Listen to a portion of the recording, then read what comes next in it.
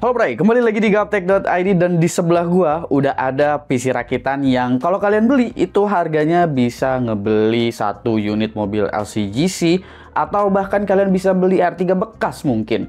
Karena tentu pasti PC ini kalau di total-totalin udah pasti di atas 100 juta rupiah. PC yang gua rakit di sebelah gua ini menggunakan ekosistem BTF dari Asus ROG. Sebelumnya gue juga sempat ngerakit dengan ekosistem BTF alias Back to the Future. Yang mana di video sebelumnya gue ngerakitnya itu adalah versi TUF Gaming, tapi kali ini yang gue rakit itu adalah versi dari Asus ROG. BTF artinya adalah Back to the Future menurut Asus atau ROG, yang mana colokan-colokan yang ada di motherboard kalian itu pindah ke belakang semua.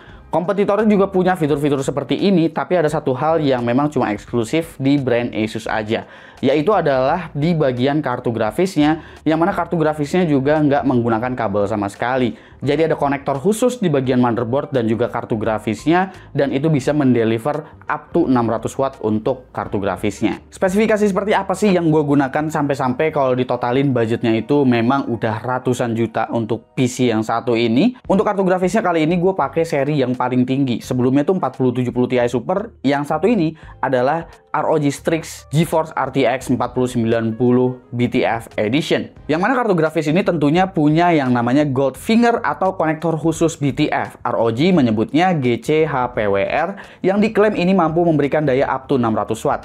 Yang berarti ini selevel dengan full power dari kabel 12 VHPWR. Goldfinger ini juga jadinya berguna untuk hal lain karena bisa kalian lihat tanpa menggunakan tiang GPU holder, kartu grafisnya nggak sagging. Ini karena jadinya ada satu tumpuan di ujung kartu grafis berkat colokan ini. Jadi ternyata selain bikin komponen jadi super clean, bisa kasih manfaat juga buat kartu grafis gede. Sebetulnya kabel 12 VHPWR itu masih dipakai, tapi nggak direct langsung ke kartu grafisnya. Karena untuk kabel 12 VHPWR-nya itu dicolokin ke belakang motherboard. Dan tentu perlu menggunakan motherboard khusus untuk ini. Maka dari itu untuk motherboardnya juga gue menggunakan dari ROG, yaitu dengan seri Maximus Z79 Hero tapi versi BTF-nya. Yang mana semua colokannya itu udah pada pindah ke belakang semua, termasuk dengan 12 VHPWR dan juga 3x8 pin. Secara fitur sebetulnya ini sama seperti Maximus Hero pada umumnya, cuma colokan-colokannya aja yang memang pindah ke bagian belakang. Untuk CPU-nya di sini gue pairing dengan seri Intel karena tentu ini menggunakan Z790 ya. Maka dari itu gue menggunakan Intel Core i9 14900K. Lalu SSD di sini gue menggunakan dari T-Force, yaitu T-Force Z541 TB. Ini adalah NVMe Gen 5 SSD. Sebelumnya juga gue pakai SSD yang satu ini.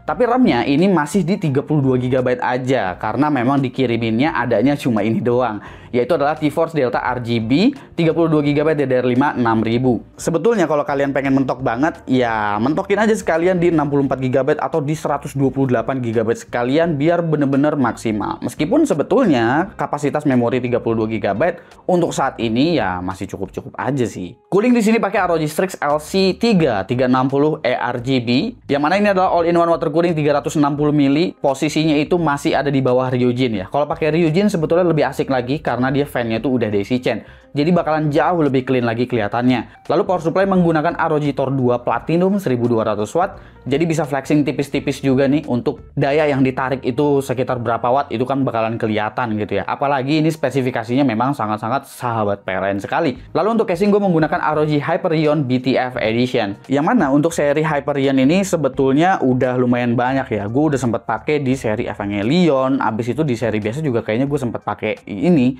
Tapi yang versi BTF ini ya dia bakalan banyak lubang-lubang untuk mengakomodir kabel yang memang dicolokin lewat belakang. Karena dengan kita menggunakan ekosistem dari BTF ini, tentu proses perakitan juga harusnya jadi jauh lebih dipermudah. Nah, dengan menggunakan si ROG Hyperion ini, tentu proses perakitannya juga memang terbantu banget sih. Karena meskipun dicolokin di bagian belakang semua kabel-kabelnya, tapi ROG nggak membiarkan di bagian belakangnya itu betul-betul jadi aur-auran. Kabel manajemennya itu semuanya sisi-sisinya udah bisa diatur dengan sangat-sangat baik, bahkan udah disediain cover lagi buat ditutupnya. Jadi seri BTF kali ini di seri ROG nggak cuma tampak luarnya aja yang memang kelihatan clean, tapi bagian belakangnya juga bisa ke cover jadi sangat-sangat clean sehingga penampilannya itu jadi cakep. Proses perakitannya juga jadi jauh lebih mudah karena dengan konsep BTF seperti ini kita nggak perlu pusing colokin kabel apa duluan karena ya kita colokin aja dulu komponen-komponen intinya. Kalau udah beres semua baru kita beres-beres sama yang namanya perkabelan. Pegangan bagian atas juga terasa lebih kokoh dan ngegrip ya di seri yang satu ini. Ini penting karena PC segede ini beratnya bener-bener gila. Kayaknya PC ini aja totalnya tuh udah bisa lebih dari 30 kg. Mungkin hampir 20 kilo, bahkan mungkin 20 lebih sedikit kayaknya kalau nggak salah berat dari casingnya doang. Tapi bagaimana dengan kemampuannya? Dengan spesifikasi yang udah mentok kayak begini, sebetulnya PC ini tuh bisa ngapain aja sih? Performance-nya seperti apa sih? Langsung aja kita lihat untuk performance dari PC ROG BTF ini seperti apa. Karena PC ini menggunakan RTX 40 series, tepatnya menggunakan RTX 4090, maka bisa kita sebut juga PC ini sebagai AI PC, yang mana kita bisa memanfaatkan beberapa apps, terutama apps bawaan dari Nvidia yang memang udah disediakan juga untuk beberapa fitur AI-nya. Contohnya seperti di Nvidia App yang saat ini kalian udah bisa mendownload beberapa software-software AI bawaan dari Nvidia. Di Nvidia App ini juga kalian bisa mendownload atau mengupdate driver secara langsung atau mengubah pengaturan game yang memang udah terinstall di PC kalian. Ada beberapa apps yang memang bisa kalian download, contohnya seperti Chat RTX, Nvidia Canvas, ataupun Nvidia Broadcast, itu tersedia di situ. Bahkan ada Nvidia Omniverse juga. Nah, di sini untuk Chat RTX menggunakan RTX 4090, di sini responnya udah sangat-sangat cepat. Menggunakan RTX Chat ini juga biasanya, paling sering sih kalau gue biasanya buat jurnal itu di folder yang berisikan banyak jurnal, kita bisa melakukan reset dengan bantuan dari AI ini.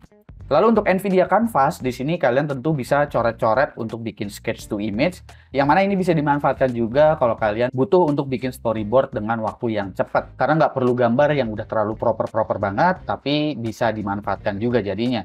Lalu tentunya AI juga bisa dimanfaatkan untuk image generation seperti di Stable Diffusion. Kalau gue coba pakai Stable Diffusion 1.5, jika kita menggunakan RTX 4090, di sini untuk satu image-nya, jika gue menggunakan settingan default ya 512-512, sampling step-nya 20, itu nggak nyampe sedetik satu gambar udah selesai. RTX 40 series juga memiliki encoder AV1 yang bisa kita manfaatkan. Contohnya seperti di DaVinci Resolve yang memang AV1-nya udah berjalan pada GPU Nvidia. Untuk ekspor video dari 4K ke resolusi 1080p menggunakan AV1, project video berdurasi 13 menit ini beres dalam waktu 2 menit 7 detik aja. Sebetulnya nggak cuma RTX 4090 sih yang bisa dapetin angka segini. RTX 4060 dan 4070 pun bahkan encodernya udah sama-sama kencengnya. Lalu di CapCut juga tentunya encoder ini udah bisa jalan ya AV1-nya, karena Nvidia sendiri juga memang udah ada kerjasama langsung dengan AV1. Sehingga kecepatan encode-nya pun kurang lebih sama. Dengan project video yang sama, ini bisa diekspor dalam waktu sekitar 2 menit 5 detik aja untuk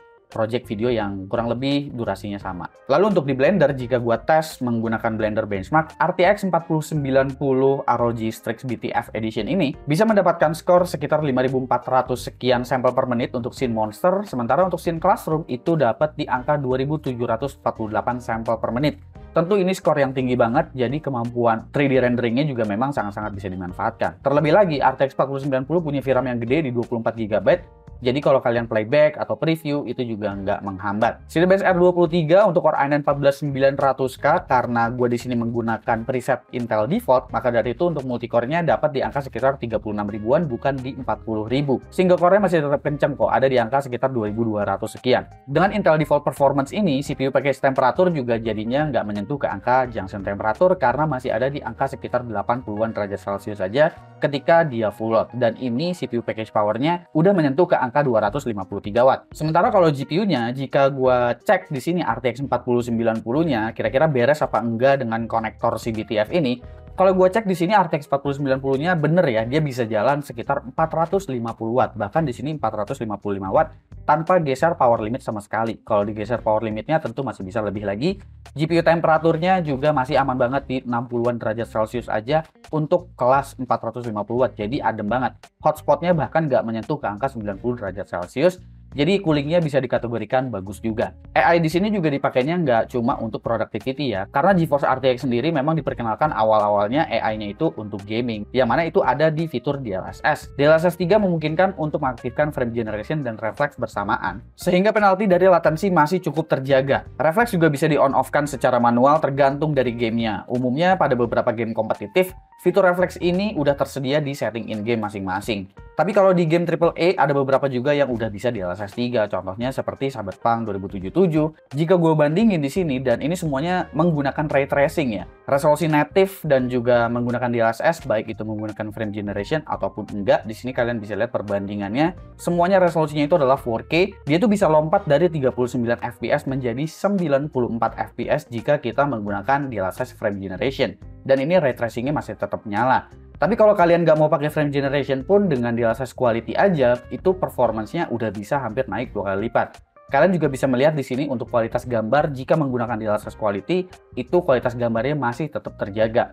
Selanjutnya di Hogwarts Legacy, di sini kalau misalkan kalian pakai resolusi native dan menggunakan ray tracing, 4K 60 itu tuh udah terkejar. Tapi kalau kalian mau ngejar 4K 144, 4K 120, kalian bisa mengaktifkan DLSS quality aja. Kalau masih kurang, bisa ditambahin dengan frame generation.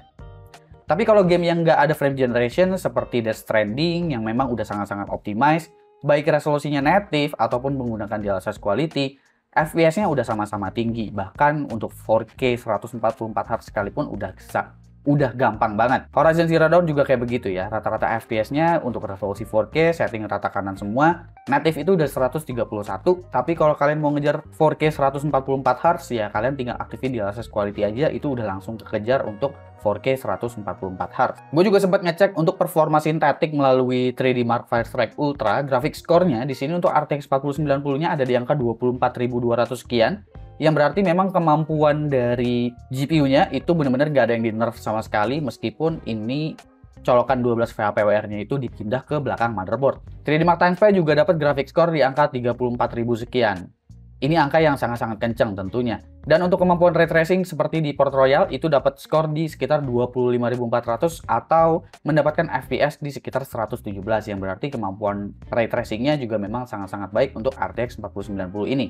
Oke, segitu aja ya mimpi yang udah bisa gua kasih lihat ke kalian, karena ini memang PC bener-bener kayaknya kebelinya cuma di dalam mimpi, karena PC ini juga gua dipinjemin sama ROG. Sayangnya dipinjemin doang. Jadi menurut kalian gimana untuk PC yang satu ini, ROG dengan seri BTF-nya? Kalau kemarin versi yang TUF Gaming, sekarang yang ROG, menurut kalian lebih better yang mana?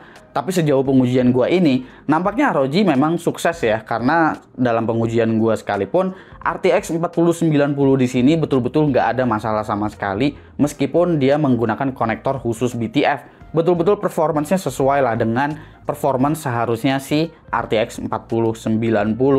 Jadi ini bisa menjadi solusi, ya meskipun saat ini solusinya masih terbatas di seri TUF Gaming atau di seri ROG aja, atau dari Asus aja lah gitu. Belum bisa dikombinasikan ke brand-brand lain juga. Tapi kalau kalian anaknya ROG banget, dan kalian lagi berencana untuk jajan PC, kalian bisa dapetin satu kupon undian dengan belanja minimal 3 juta rupiah untuk beberapa produk dari Asus ataupun ROG, seperti kartu grafis, motherboard Intel, cooling, power supply, dan juga casing.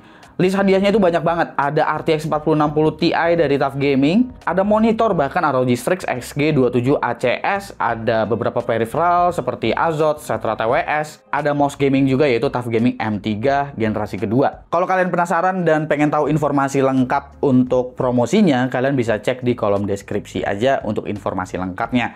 Menurut kalian gimana ROG BTF ini? Silahkan komen di bawah dan kasih pendapat kalian masing-masing. Jangan lupa subscribe Gosuki, dan seperti biasa sampai jumpa di lain kesempatan.